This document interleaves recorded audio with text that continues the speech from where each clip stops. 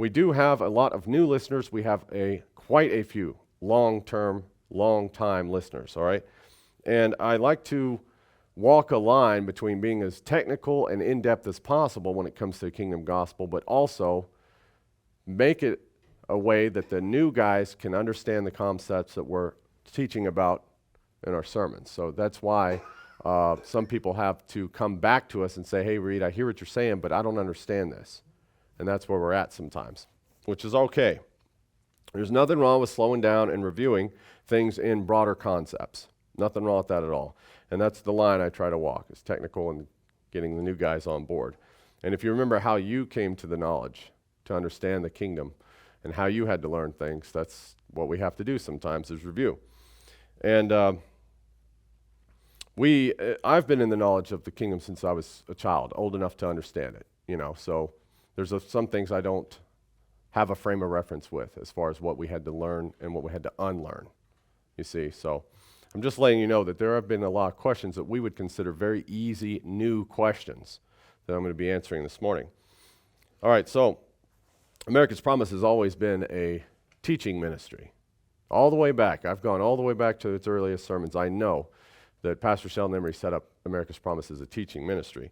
And that's what I intend to do with the church. That's what I want to do, is advance learning in the veterans, give you something you guys can learn about, but also at the same time give it a format for the new recruits, something they can conceptualize. All right, so in order to continue this morning, we're going to be looking at Zion again, but in a very broad way, okay? And this will answer several questions I've gotten over the few weeks, like I've said. And there have been not only about Zion, but there have been a lot of questions concerning sermons I have already given answers to in earlier sermons. Now, some of them I don't think that they're the best sermons covering the subject matter, because back then I did not have this TV display, and this really helps to point things out. And back then I wished I'd had this the whole time, but I don't. And of course, as you've gone along with my earlier sermons to now, I've gotten used to the teaching style I have now. So some of those, I'd like to present sermons I've done again, and I've told people I intend to do that, to cover some questions and expand on them. So it wouldn't be a reboot. So I'm not rebooting any of my sermons. Rebooting, that's a return after a long hiatus or a cancellation, if you're talking about TV and movies. And it usually applies to a sequel or sequel series. So I'm not rebooting my sermons. That would be like Batman, Planet of the Apes. Those are reboots. Okay, 007. They're not remakes because the cast or the theme's not changing. So, like Blade Runner, Day the Earth Stood Still. These sermons I'm going to do that covered the subject matter I've already covered would actually be a redux, because we're going to do reduxes, which is a post-positive adjective, which means there's nothing wrong with the way I presented it last time. We're just updating the material, and it's being brought back or restored. Okay, so that's what I'm going to do with some of these sermons. So you guys know, if I did do sermons on the older questions that can be answered with the sermons, there are some sermons I'm going to bring back, and it's more of like a remix or a remaster. So I'll be remixing some of my sermons. I've told several people I plan to do that. And the questions I've been asked this week can best be summed up this way about Zion. When it comes to Zion, we basically have two of them from after I've filtered through the questions. We have two Zions they're asking about. Some questions are like this. They say, well, isn't Zion the kingdom age city only? So in other words, they think that Zion only makes its final appearance or its only appearance after the return of Christ, right? And then some people are saying, well, if America is Zion, then what about perfected Zion that we're reading about? You see, so they're saying it's either one or the other. You've got Zion now, but that puts away Zion later. But we've got Zion later, which means it can't be Zion now, you see. And the thing, we will read prophecies about that go both ways. And that's the that's the verses they've pulled and said, well, what about this, Reed? Because you said Zion's a perfected age. It only comes after the advent of Christ. But here we're reading about this and this. And so I'm going to explain that to you. So we do have some confusion. So we have two separate Zions being asked about here then. And as we go along this morning, we'll see that the prophets do seem to present it that way. They do. And we're reading in the Gospels too that we have layers and layers of prophecies that come short term and long term. And it's no different from Zion. So we'll look at that. And theologically, though, if you're going on to the seminary terms, theologically we have a problem between a preterist point of view and a futurist point of view. So that's really what's going on when we talk about the two Zions that we're being asked about. So your Christian eschatology, of course, eschatology is the study of the doctrine of last things. Okay, so that's these questions do have something to do with eschatology then, since we're talking about prophecy of in the latter days, right? So the study of the last things, the study of the end is eschatology. Now, preterism is a viewpoint of eschatology, and it says, of course, it's from the Latin prefix praeter, which means past or beyond. Okay? So preterism holds that the contents of Revelation constitute a prophecy of events that were fulfilled in the first century. Okay? Preterists believe that the dating of the book of Revelation is of vital importance and that it was written before the destruction of Jerusalem in AD 70. If you've studied preterism, you understand why they must date that book. Because if they date Revelation to happen before AD 70, then that means Revelation is only about that destruction. Which, if I know you guys already see a problem with that because it limits Revelation very, very much so, does it not? If the entire book of Revelation is only about what went down in 70 AD, okay, we've got a big problem already. Now, if you want books on that actually help straighten that out, we've got the book of Revelation written by Charles Jennings, and also an excellent study was done in this book by Robert Carangola, and it is the present reign of Jesus Christ. So this is a Kingdom Now book, if you understand that phrase, right?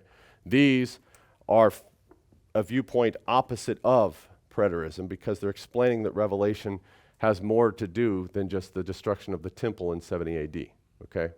So that's preterism. And we'll look at futurism, which is where the people are asking about future Zion only. If Zion is only a future city, it interprets portions of the books of Revelation, Ezekiel, and Daniel, so in other words, end-time prophecy, as future events in a literal, physical, and apocalyptic context. So this futurism is the opposite of preterism, and it says these books of prophecies, none of it's happened before, it will only happen later. Okay? So that's the problem, you see. So we've got Zion, the city, the prophetic Zion that we've been talking about has already happened, and it won't make an appearance again. Or prophetic Zion hasn't made an appearance, and it will in the future. So that's the question. I know it's complex, and I'm just going to keep confusing you this morning. I'm just going to keep doing it until we get it all straightened out. Okay, so by limiting Zion to these two views in eschatology, it limits the true scope of what Zion actually is. Because I was telling my dad this morning in the car, if I were to pull every verse about the kingdom or Zion, I would have preaching done, I would have my sermons written out for the next 5 years. Because we're not even scratching the surface on Zion, and I've done at least four sermons on it. We're going to be reading verses this morning from the prophets that have something to do with Zion we haven't seen yet. That's how much Zion is in the Bible.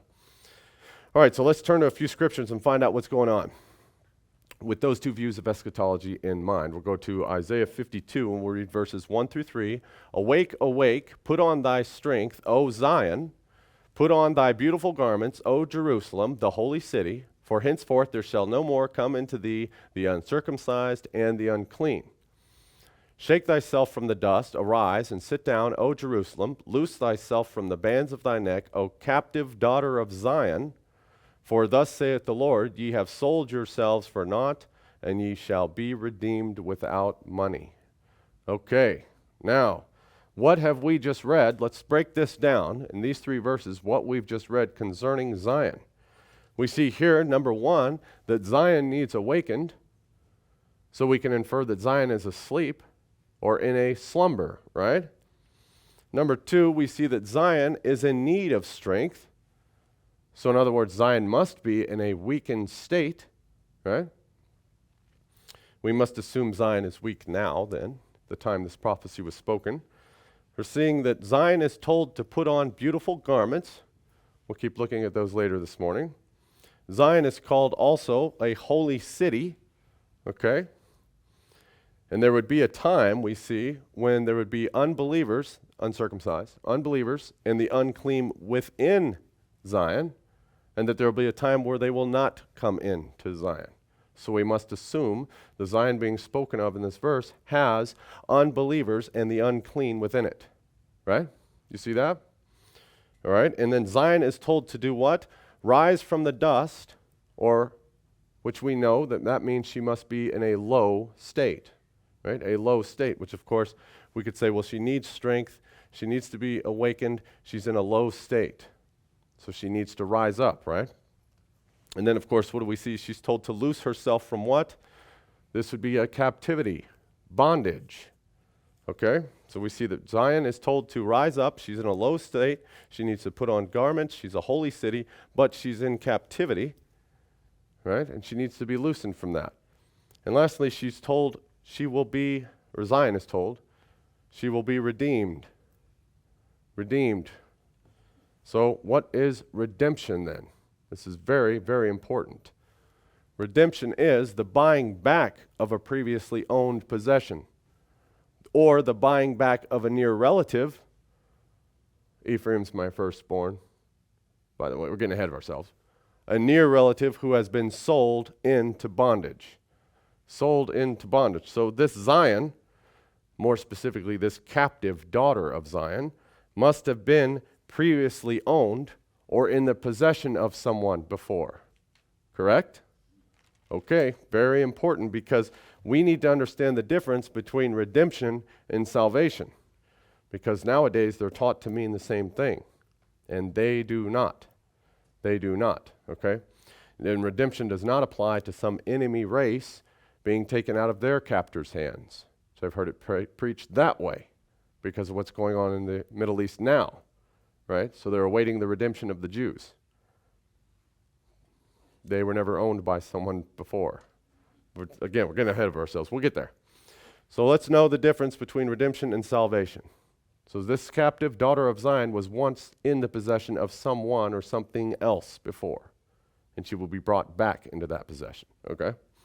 Jeremiah 31, verse 6 through 8, "For there shall be a day that the watchmen upon Mount Ephraim shall cry, Arise ye, and let us go up to Zion unto the Lord our God. For thus saith the Lord, Sing with gladness for Jacob, and shout among the chief of the nations. Publish ye, praise ye, and say ye, O Lord, save thy people, the remnant of Israel. Behold, I bring them from the north country, and gather them from the coasts of the earth, and with them the blind and the lame and the woman with child and her that travaileth with child together. A great company shall return thither." All right? So, Mount Ephraim, we see here.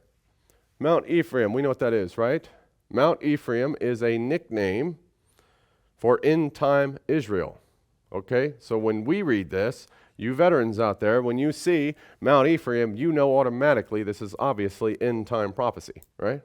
Okay, Mount Ephraim is a nickname because the name Ephraim here is used to denote national Israel in end-time prophecy, okay? It's symbolic because if you recall from Genesis 48, Jacob adopted Joseph's two sons, right?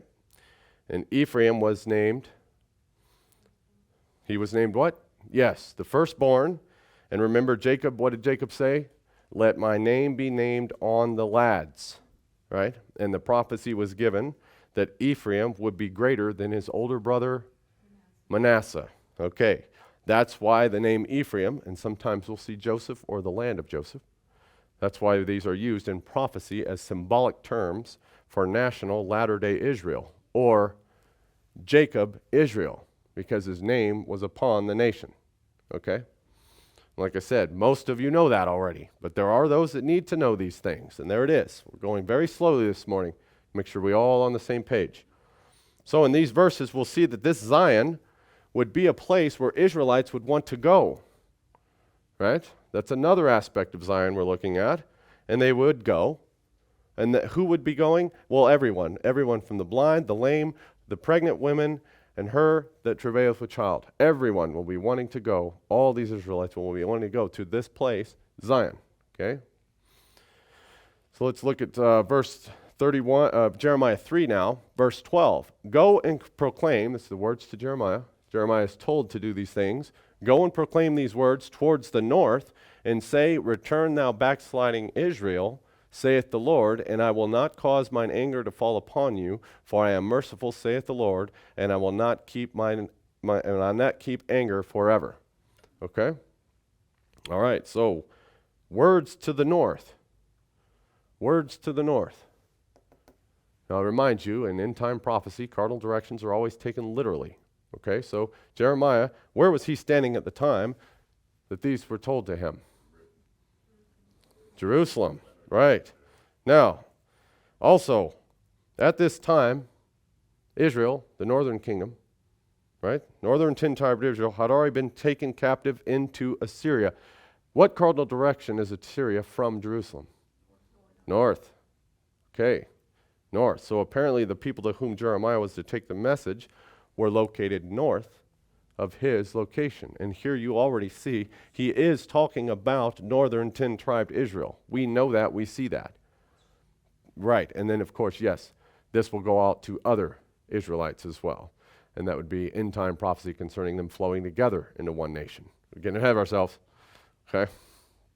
Yes, so north of his current location, he was to take these words to Israelites. To Israelites. Okay.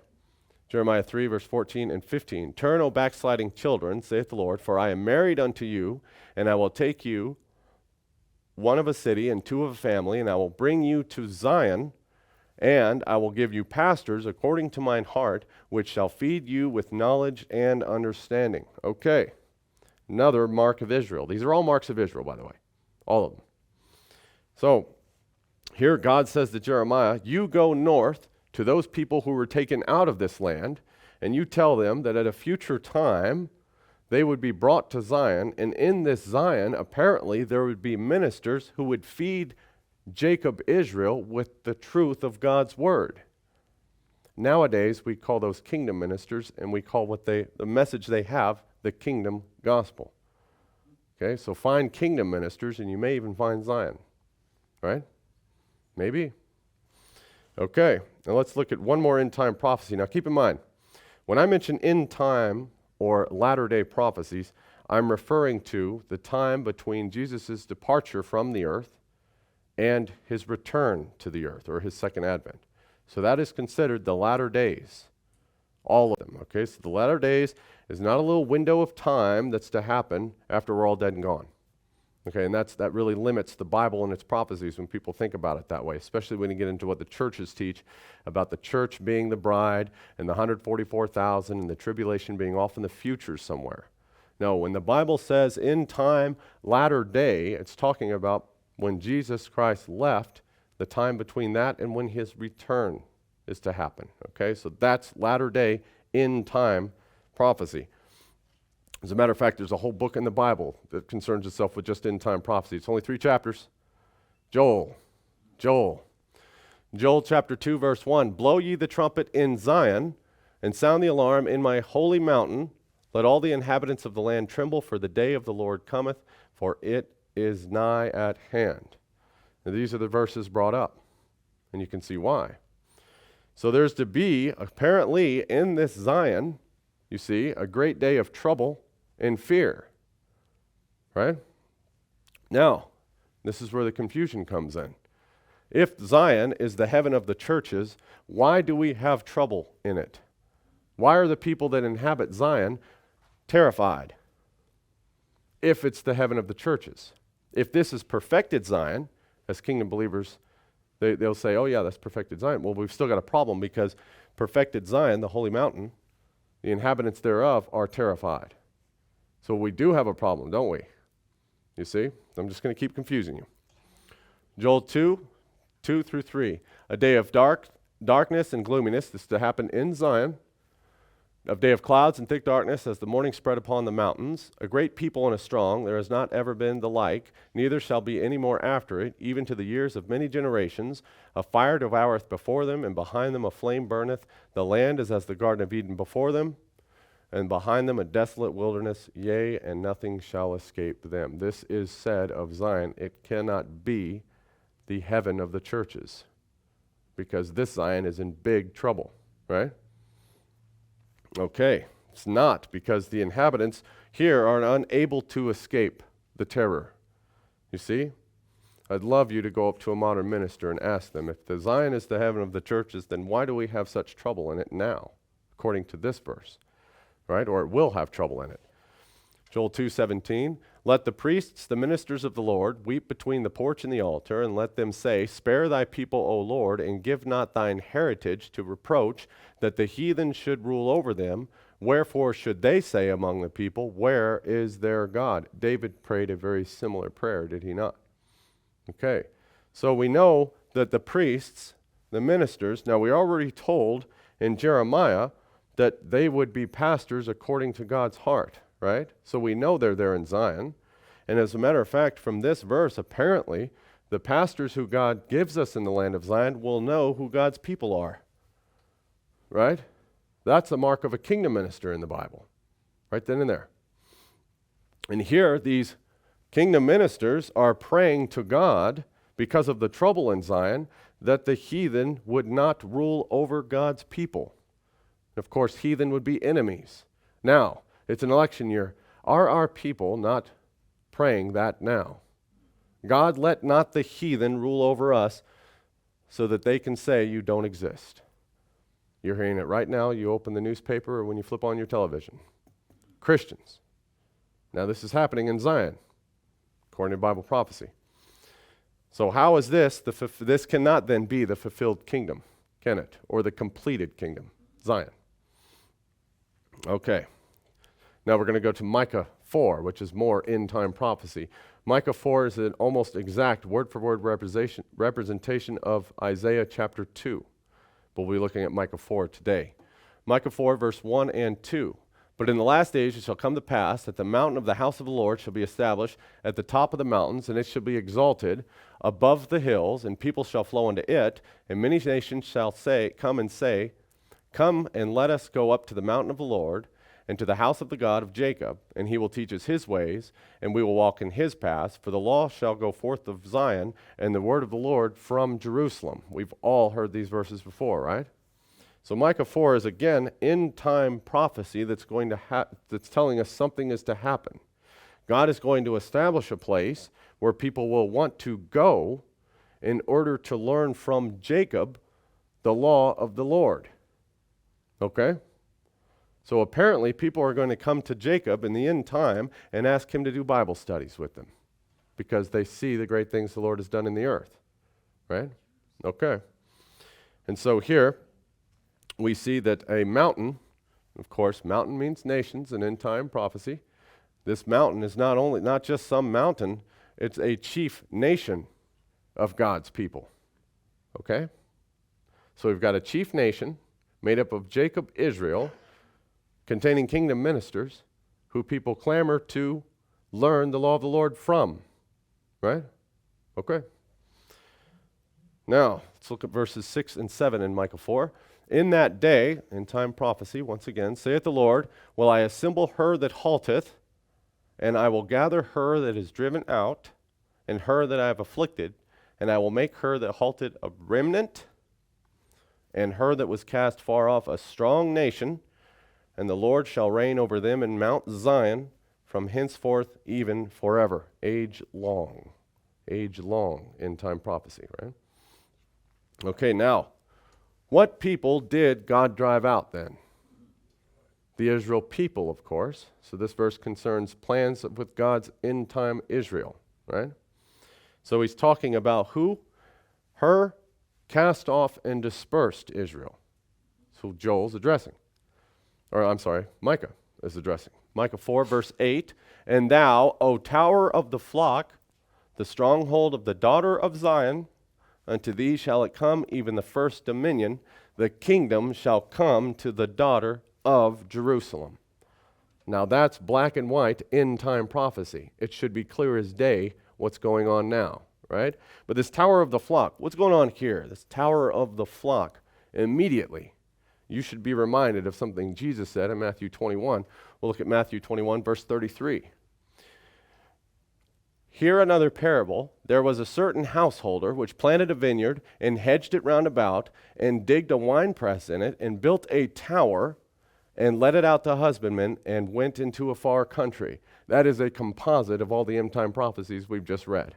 One verse of Jesus' parable.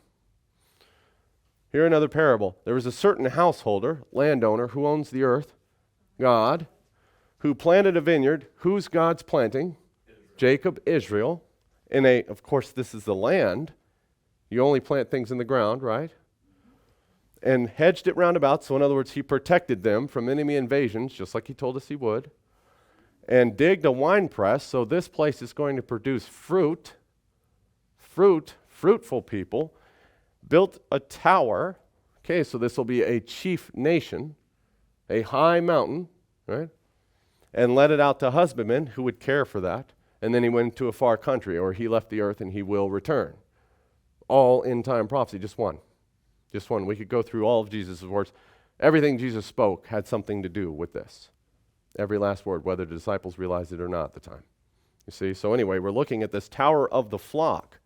This tower of the flock. And Jesus here is talking about that tower. It is Zion. Jesus says in this parable, one day the Lord will plant his people in a land of their own. He will protect them. They will be a fruitful people who will then go out and show the light of God to the earth. If you combine this with other prophecies. A light in the house, right? Okay. And there will be the chief nation who will be in the care of Israelite people until he returns. Right? Okay. And we know the rest of that, right? The enemy comes in and does what? Kills the husbandman. Then the householder says, surely they will honor my son. They said, no, kill the son and seize on his inheritance. That's a composite of Jesus' entire ministry and work on the earth in one kingdom parable. In one kingdom parable. Powerful stuff if you can back it up with the prophets. Because Micah, hundreds of years before Jesus hit the scene, is saying there's a tower of the flock, a stronghold of the daughter of Zion. What stronghold? It has hedges around it. There's a tower in a field. The field is the world, right? Until it should come, who? Jacob, Israel, you'll have this. Even the first dominion and the kingdom then, and kingdom age prophecy says that kingdom will come to Jacob, Israel. Now that's a Bible covenant that cannot be moved around. Okay, so Zion, this is a new thing. 2, the new thing in the earth. You see, daughter of Zion, the title of this week's sermon. So this is not the old mother. We have to understand that. This is not the Zion of David's time. That's what I'm saying. This is not the old Jerusalem. This is a new thing in the earth. And we'll see later it's given a new name. Okay, Micah 4, verse 9 and 10. Now why dost thou, inhabitants of Zion, or Zion herself, daughter of Zion, why do you cry aloud? Is there no king in thee? Is thy counselor perished? For pangs have taken thee as a woman in travail. Be in pain and labor to bring forth, O daughter of Zion, like a woman in travail. For now shalt thou go forth out of the city, and thou shalt dwell in the field, and thou shalt go even to Babylon. Even to Babylon. And if you understand, the commas here are different points in history. Right? Because we're what? Historicists. We believe in the historicist point of view of Christian eschatology, which says these things have come to pass and there are things yet to come to pass. Now, go even to Babylon. If this Zion is the city in the clouds, how is Zion in so much trouble? And of course, how is Zion going to Babylon?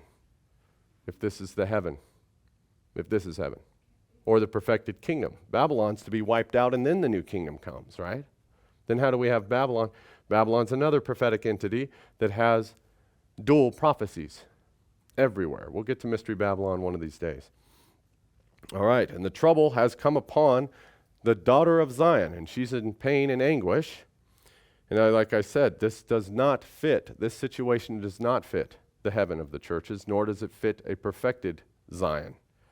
And of course, Babylon, we see here that Zion must be under the control of her enemies then. Remember, she was told to rise up and loose her bonds. So otherwise, if Babylon is not controlling, or at least the daughter of Zion, if she's not being controlled by her enemies, God has no need to redeem her from those enemies. You see, so we have to continue building prophecy on prophecy. Now, could it be that Zion is here now and that we have the kingdom now? Could it be that? Okay, let's look at another words from Jesus here. Matthew 11, verse 12. And from the days of John the Baptist until now, the kingdom of heaven suffereth violence, and the violent take it by force. Now, that's not a verse heard too much in churches that preach the heaven.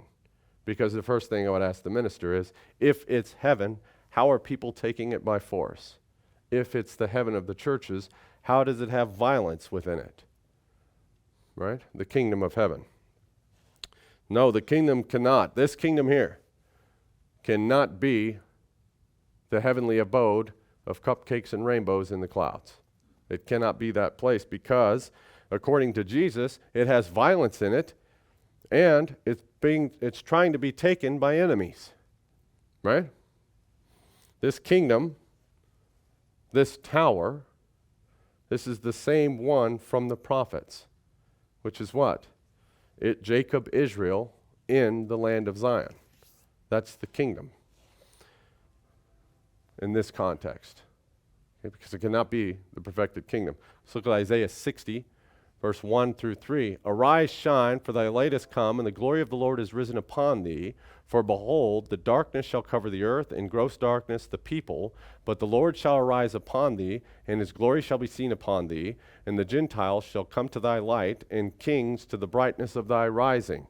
That is exactly what we were just reading about in Micah, wasn't it?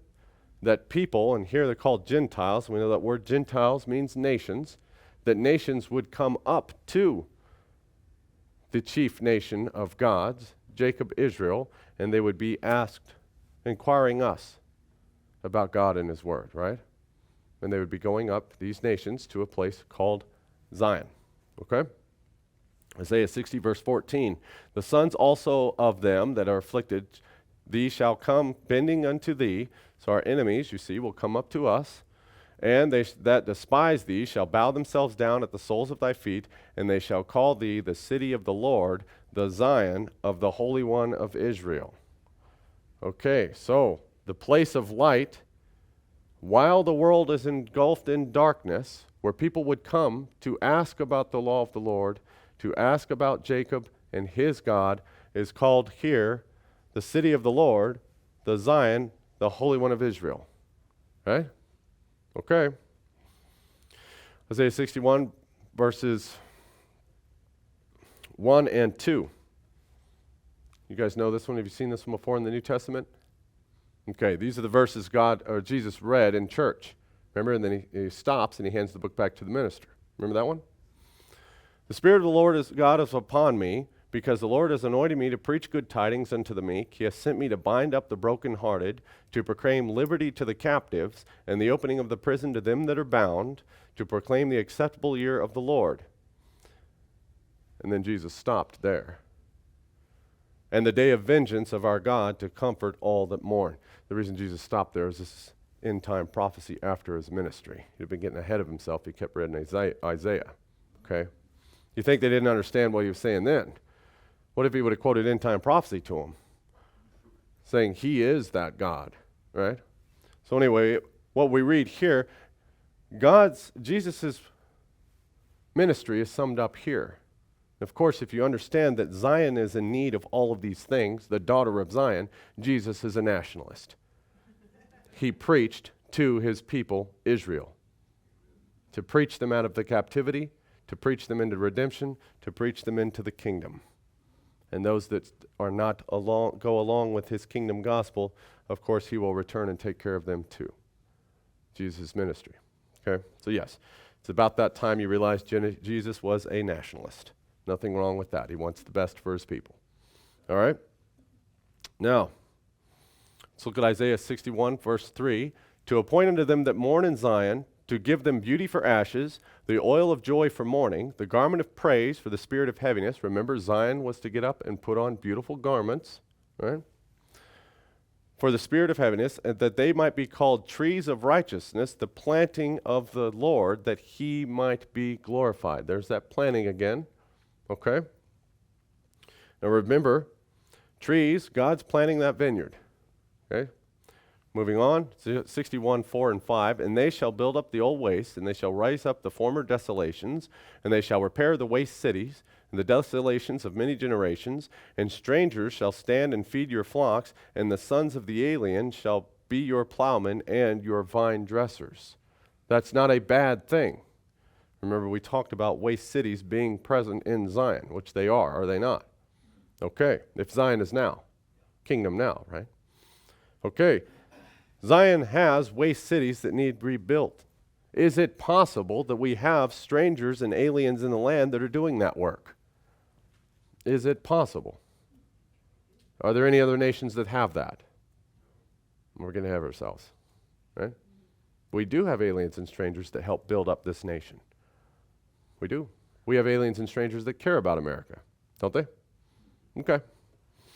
All right. 61 verse 9. And their seed shall be known among the Gentiles, or among the nations, and of their offspring among the people. All that see them shall acknowledge them, that they are the seed which the Lord has blessed. The nations of Christendom are who? At least they used to be named. Europe, Israel, Britain, Christian Israelites, Christendom, Republicans, maybe. Anyway, so the world will see that there are going to be a people on the earth who are Christians, and they'll know they're Christians. Right? Okay. That's what Micah said when we read him too. That the nations of the earth would see these things from who? Jacob, Israel. Because apparently their seed, these people here, will be known among the nations because they're the ones teaching the law of the Lord. That's why they'll be known. So you'll have a people on the earth, according to the Abrahamic covenant, who are without number, spread across the globe, that are Bible thumpers. Right? Who are they? Where'd they go? Where do they live? All right. Isaiah 61:10. I will greatly rejoice in the Lord, my soul shall be joyful in my God, for he has clothed me with the garments of salvation. We're in end-time prophecy in the Old Testament talking about garments of salvation. Who is clothed with the robes of righteousness of saints? The bride, right? Okay. So here's those garments again. And recall, Zion was told to put on beautiful garments. And here we're talking about the garments of salvation. He has covered me with the robe of righteousness, as a bridegroom decketh himself with ornaments, and as a bride adorneth herself with her jewels. All right. Garments of praise, garments of salvation. We have a nation being dressed and adorned as a bride. Who is this nation? National Israel. National Israel. Okay. Isaiah 62, verse 1 and 2. For Zion's sake will I not hold my peace, and for Jerusalem's sake I will not rest until the righteousness thereof go forth as brightness, and the salvation thereof as a lamp that burneth. And the nations shall see thy righteousness, and all kings thy glory, and thou shalt be called by a new name, which the mouth of the Lord shall name. Christians doing the work of God in this age, in the light of the other nations. This is, I'm sure you're beginning to see, and we've gone all over the Bible. You're starting to see a repetition. I know you've recognized it. God's glory would be upon Zion, his Zion nation, to such an extent that the rest of the world would see it, and that nations and kings would travel to be there. To do what? Learn the law of the Lord. And this new place was not to be known as Zion, but by a new name. By a new name. So it cannot be the old names. It cannot be old Zion. It cannot be Jerusalem. You're not going to find Zion anywhere near the old land of Palestine. You won't find it. And of course, and thou, you shall be called by a new name. Christians, right? Christ-like, the Lord shall name. So you could say this land is going to be called something other than Zion, and the Jacob, Israel, the Israelites who inhabit there, will be called different names as well. Christian Americans. Christian Americans. Okay. Isaiah 62, verse 4. Thou shalt no more be termed forsaken, neither shall thy land be be any more termed desolate, but thou shalt be called Hephzibah, and thy land Beulah, for the Lord delighteth in thee, and thy land shall be married. We've gone over these before. Of course, Zion here is not to be called forsaken or desolate anymore. She's given new names. Now remember, we were just talking about the fact that the Lord will name us. This land and people will be called by a different name. And he's saying you're not going to be forsaken. You're not going to be desolate, scattered, dispersed Israel. You'll be given a new name. And of course here, Hephzibah, which means she in whom I delight. And the word Beulah there means wife or married to a wife, which of course you'll see right there. So don't get confused by those. They're defined in the same verse. You'll be called a delight to the Lord and his wife. Okay? All right. Isaiah 62, verse 5. For as a young man marrieth a virgin, so shall thy sons marry thee, and as the bridegroom rejoiceth over the bride, so shall thy God rejoice over thee. Thee who? Jacob, Israel. Once again. So, we have Zion, of course, the bride of God, and God rejoicing over her.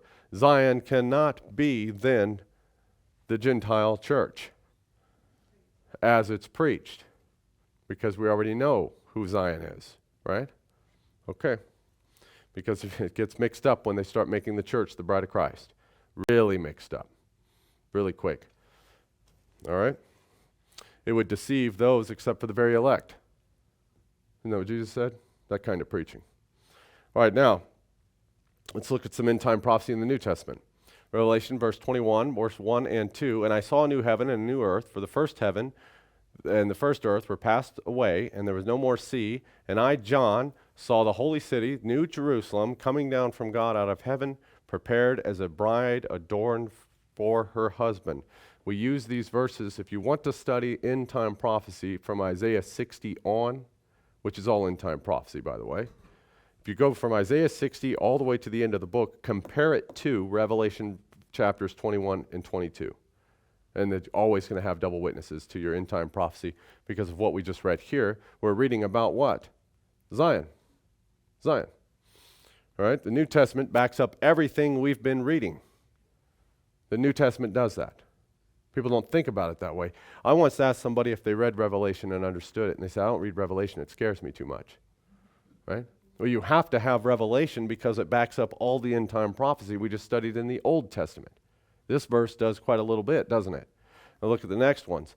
Revelation 21, 9 and 10. And there came upon unto me of the 7 angels, which had 7 vials full of the 7 plagues, and talked with me, saying, Come hither, and I will show you the bride, the Lamb's wife. Okay, so we're about to see who this bride is. And he carried me away in the Spirit to a great and high mountain, and showed me that great city, the holy Jerusalem, descending out of heaven from God. Where do we get this church as the bride of Christ? I just read that the bride is that new city, Jerusalem, Zion. How in the world these churches get away with preaching that when it's black and white in the New Testament of all things? It's not like I'm asking them to turn to the Old Testament and look it up, because you know they won't. This is New Testament theology, identifying the bride of Christ very definitely as the nation of Zion. Just connect the dots. The same Zion. That's the Old Testament Zion we've been reading about. Now, after all this that we've gone over this morning, I'm going to list some things that we've read about Zion. I'll do it on a table here. So we have Zion. It's to be a land. It's to be a great and strong nation. It's to be a place where Christians will live. It's to have believer and non-believer in it. Zion is a place where God's word will go out from it, right? Zion is to be called by a new name. Its inhabitants are to be called by a new name. Zion is captive. Zion fears heathen rule. Zion's been sold into captivity. The captor of Zion is called Babylon. Zion is to be saved from captivity one day, and Zion will be married. Is there one nation on earth that fits this prophetic Zion? Right? So, Where does this prophetic entity of Zion exist? Well, right here and now, because the kingdom started when Christ returned from the dead. If you can understand that, this will start to make sense. Now, God's word was a light to those who came and established this nation, upon whose name? Christ. They went one of a family, two of a city from Europe to get here and establish a Christian nation. Okay? So we have a land that would one day be a great and strong nation that would start small and get larger. It would be a place where believing Christians would travel to get there. It would be called by a new name, and the Christians would be called by a new name.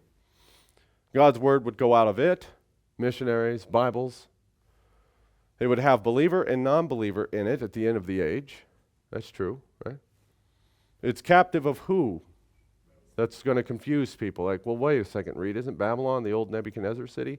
Well, prophetic Zion is captive under a prophetic entity known as Mystery Babylon. Economic, political, military, and religious world power, right? Okay. Now, do we, as citizens of this nation, do we pray that the heathen do not rule or control us? Yes. So yes, it's true. True. Are we the chief among the nations who the earth can observe our blessings? All in the earth can observe our blessings. Is that right? Tower of the flock. Do other people, kings and otherwise, wish to live in America? Yes. Remember when we talked about Psalms, where he said, he that is born in Zion, remember? Is it a privilege to be born in Zion? Yes. Is it a privilege to be here? Yes. Is it part of God's end-time prophecy for his people to be here? Yes. Okay. So, Zion is a place where God brought Christian Israelites. It's a land of God's planning where God has blessed those Israelites. But through those people's sin, God has allowed the heathen and the unbeliever to come into the land, and he's allowed us to be under the captivity of an entity called Mystery Babylon. Right? And then this Zion, this captive daughter of Zion, must be redeemed by the blood of Christ. It's the only way out. Right? No other nation on earth meets this criteria except the United States of America. The regathering of Jacob Israel into the land. It's that easy. How this isn't preached, I don't know, because you guys all know this. Now, what about the prophetic completed Zion? So see, we have the kingdom now. We have Zion now. We've located it. We've located why it's here, where it is, and who lives there. And we know who lives there: alien, stranger, Israelite, non-believer, all in one place. The tares and the wheat were in the same field together too, were they not? Let both grow together until the harvest. Right? Okay. Now, where about prophetic completed Zion? Where is it at? Prophetic completed Zion is a progression of this nation that will one day see the Lord's glory and fill the whole earth. Okay, that's stone kingdom. That's the prophecies in Daniel. It's still the same nation, the same people at all times. Now, it is on its way, the prophetic Zion. So just because we've identified physical Zion in the kingdom now does not do away with the fact that there will be a prophetic, a future completed Zion. Which then, of course, we know God comes down and sits on the throne of David. What city did David rule from? Jerusalem. Where'd the law come from? Zion, the capital, the inner court. We'll get into that one of these days. But yes, he will sit on the throne of David in Zion. Took David a long time to get that kingdom together, didn't it? It's no different than this Zion now. It's a progression that doesn't do away with future prophecies. That's on God's timetable. And he said he'll hasten the day at the end of the age, didn't he? Okay. We know that the future Zion is indeed future, and we know that that is a reality because it is written in the prophets, and it's written in our hearts. Now, if you want to do more study on this, I highly suggest, especially when it comes to Christian eschatology, this book by Jennings. Is that correct? Yes, printed by Paul Owen. Okay, The Origin of Futurism and Preterism. This one straightens out what we were talking about earlier about Christian eschatology and its different viewpoints. You see, we were talking about that, and that's the thing, is when I get these questions, when you have to start answering questions about the different phases or forms or final forms of Zion, you have to know that there are eschatological viewpoints that differ, and that you're actually following one over the other or vice versa. So this will help you out if you wanted to look at that. And also I have some other few books that do a fairly good job of doing what I've been doing up here, preaching Zion of Bible prophecy. This one is the USA in Bible Prophecy, which is a combination of two sermons that were given in 1857. Okay, it's a good pamphlet. E. Raymond Capp actually kind of put them together and then added more things to expound on these two sermons and updated it. This one's a good one about the USA in Bible Prophecy by E. Raymond Capp. Get that one, it's pretty good. Another one that's very good, Robert Record also did a book, Joseph's Birthright in Modern America. Everything we preach, this is in line with it. This is another one that will show you what Genesis 48 was all about in the birthrights and where it went, Joseph's land and everything. You understand that from these pamphlets. They really, really help if you have questions about this sermon. And also, one of my super fans, again, I got another book. This one's called The America and Britain in Prophecy. It should remind you of the old Armstrong book, right? The USA and Britain in Prophecy. Remember that one? It was everywhere. Now, Armstrong and Armstrongism, the Worldwide Church of God, that was all way before my time. My grandma was around when that happened, and she told me back in the day, everybody knew we were Israel. It was preached a lot. Now, this Armstrong, I know, they preached the more like the British Israelism where the Jews are Judah. Okay, I know that. However, this is something happened to the Armstrong church, and then another guy picked it up, and this one's called The Restored Church of God, okay, from 2018 is when this book was written. It does have a lot of what George Armstrong taught, but it's very, very good comparative theology then, because you will start to understand other aspects of British Israelism, and it does do a very good job of giving foundational doctrines about the birthrights. Another good one. And they do have a few things wrong. I know. The Worldwide Church of God did. But they were that close, weren't they? Very, very close. I've read their stuff. So anyway, yes, I hope that answered your questions about Zion. There is a Zion now, and there is a Zion later. And those two things are not opposed. They work together to progress the kingdom on earth, just as Christ said and just as we preach. That's all we have for this morning.